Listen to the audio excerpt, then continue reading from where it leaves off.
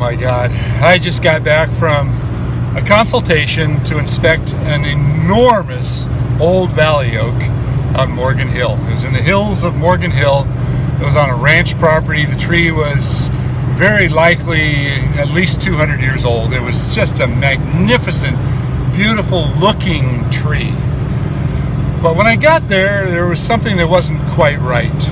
It looked like it had some sort of, well, I'm going to show you, but you're not going to believe this. I'm angry, I'm incensed, I've got all sorts of emotions going through me because what was done to this tree was so incredibly irresponsible, and it could have killed somebody. It really could have. It was masking a problem. So let's go on out to Morgan Hill. Let's take a look at this big tree.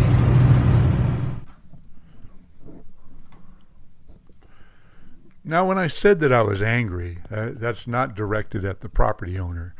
That anger is directed at the contractor that decided to do what I'm talking about to this tree.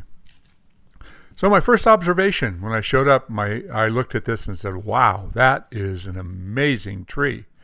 It was just outstanding. It was the namesake. And that's what I'm talking about. Look at that. What is it? I couldn't quite figure it out.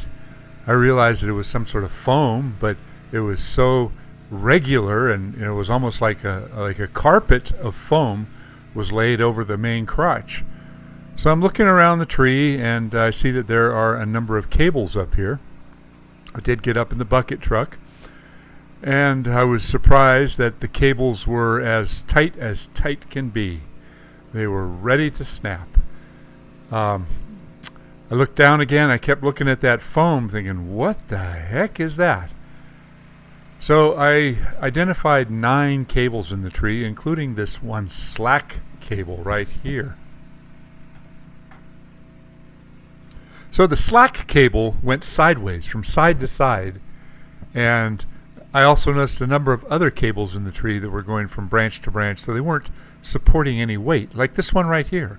It goes from one side all the way over to the branch adjacent to it. I guess it's intended to keep it from rocking. I don't know. It wasn't supporting any weight. So the side of the tree that I'm most concerned about has 3 main cables supporting it. And it's also got this upper cable that just goes straight over, like I was talking about. That isn't supporting any weight whatsoever. But it's also extremely tight.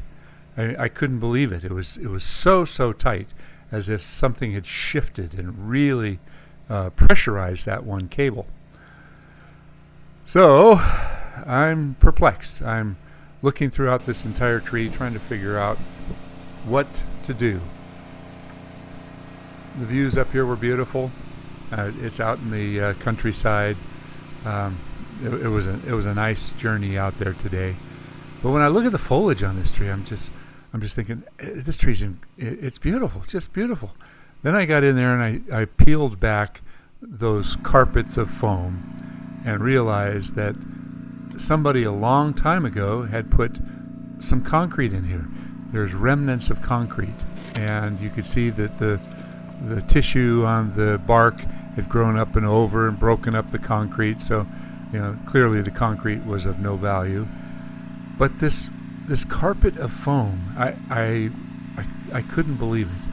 There it is, completely peeled back. All I had to do was just reach over and grab it, and the cavity was quite open, and there was a significant Ganoderma applanatum conch growing inside, at least one, very likely more down there.